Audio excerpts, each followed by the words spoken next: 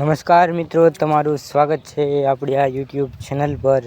આજે આપણે વાત કરવાના છે ગુજરાત રાજ્યના 10 સૌથી મહત્વપૂર્ણ ઉપયોગી એવા 10 તાજા સમાચાર વિશે। એ પહેલાં ચેનલ પર નવા હોય તો ચેનલને જરૂરથી સબસ્ક્રાઈબ કરી નાખજો। તો ચાલો શરૂઆત કરીએ વિડીયોની। મિત્રો, 22મા હપ્તાને લઈને મહત્વપૂર્ણ માહિતી આવી રહી છે કે 22મો હપ્તોથી જે 2026નું નવું વર્ષ ચાલુ થવા જઈ રહ્યું છે તેમાં ખેડૂતોને 6,000ની જગ્યાએ 9,000 રૂપિયા મળશે। કેન્દ્ર સરકાર આગામી બજેટમાં પીએમ કિસાન યોજના હેઠળ મળતી નાણાકીય સહાય વધારવાનો વિચાર કરી રહી છે। ચર્ચાઓ અનુસાર હાલમાં આપવામાં આવતા વાર્ષિક 6,000ના લાભને વધારીને 9,000 કરવાની સંભાવના છે। વધતા ખેતી ખર્ચ અને મોંઘવારી વચ્ચે આ પગલું નાના અને સીમાંત ખેડૂતો માટે મોટી રાહત સાબિત થઈ શકે છે। મીડિયા રિપોર્ટ સૂચવે છે કે આગામી બજેટ ખેડૂતોના ચહેરામાં સ્મિત હશે। આગળ મિત્રો વાત કરીએ તો સરકાર ખેડૂતોને ફોન લેવા માટે આપશે સહાય। ખેડૂતોને સ્માર્ટફોન ખરીદી પર કિંમતના 40% અથવા 6,000 જે ઓછું હોય તે મુજબ સહાય મળશે। આ સહાય ફક્ત 15,000 સુધીના સ્માર્ટફોન પર જ માન્ય રહેશે। લાભ મેળવવા માટે જરૂરી પુરાવા: આધાર કાર્ડની નકલ, રદ કરેલ ચેક બુક અથવા બેંક પાસબુક, ખરીદેલ સ્માર્ટફોનનું મૂળ બિલ, જીએસટી નંબર સાથે સ્માર્ટફોનનો ઈએમઆઈ નંબર, ખેડૂતોની જમીનનો દસ્તાવેજ, 8ની નકલ। વાત કરીએ આગલા સમાચારની તો અંબાલાલ પટેલની મોટી આગાહી, ડિસેમ્બરના અંતમાં હવામાન પલટાશે, માવઠાની શક્યતા। અંબાલાલ પટેલે વધુમાં જણાવ્યું કે 18થી 24 ડિસેમ્બરની આસપાસ ઉપસાગરમાં એક મોટી હલનચલન જોવા મળશે જેની સીધી અસર ગુજરાતના હવામાન પર પડશે। આ અસરના કારણે 24થી 30 ડિસેમ્બર દરમિયાન રાજ્યના વિવિધ ભાગોમાં કમોસમી વરસાદ એટલે કે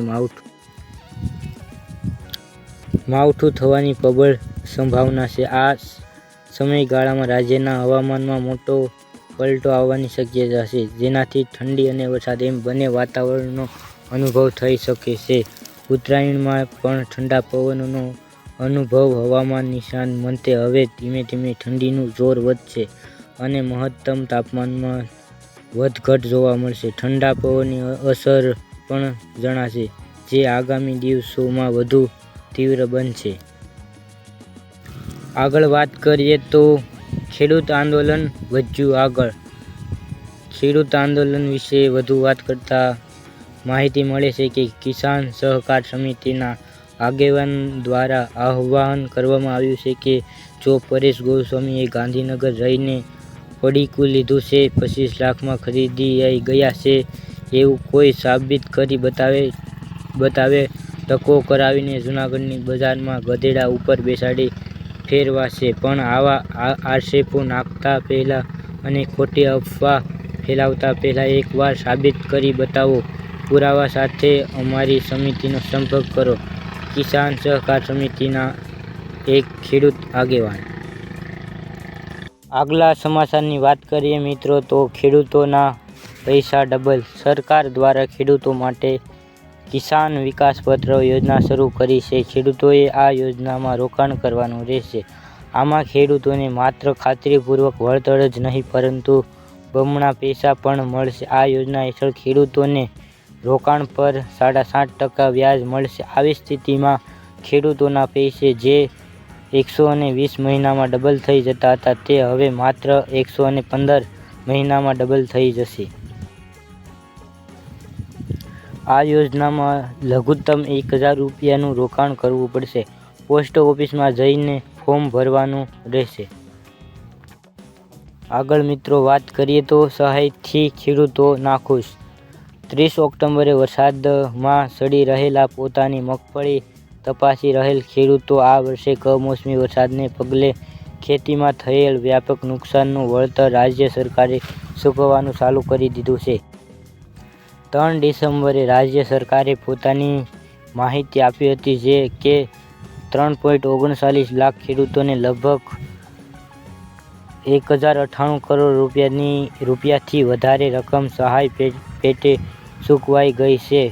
બીબીસી સાથે વાત કરતા ખેડૂતોએ કહ્યું કે સહાયની રકમ માત્ર બિયારણના ખર્ચ ઉપાડે તેટલી છે અને તેનાથી નુકસાનીનું વળતર નથી મળતું. માવઠાથી ખેતીના પાકોમાં થયેલ નુકસાનનું વળતર મેળવવા માટે રાજ્ય સરકારે ખેડૂતો પાસેથી 14 નવેમ્બરથી અરજીઓ સ્વીકારવાનું ચાલુ કર્યું હતું.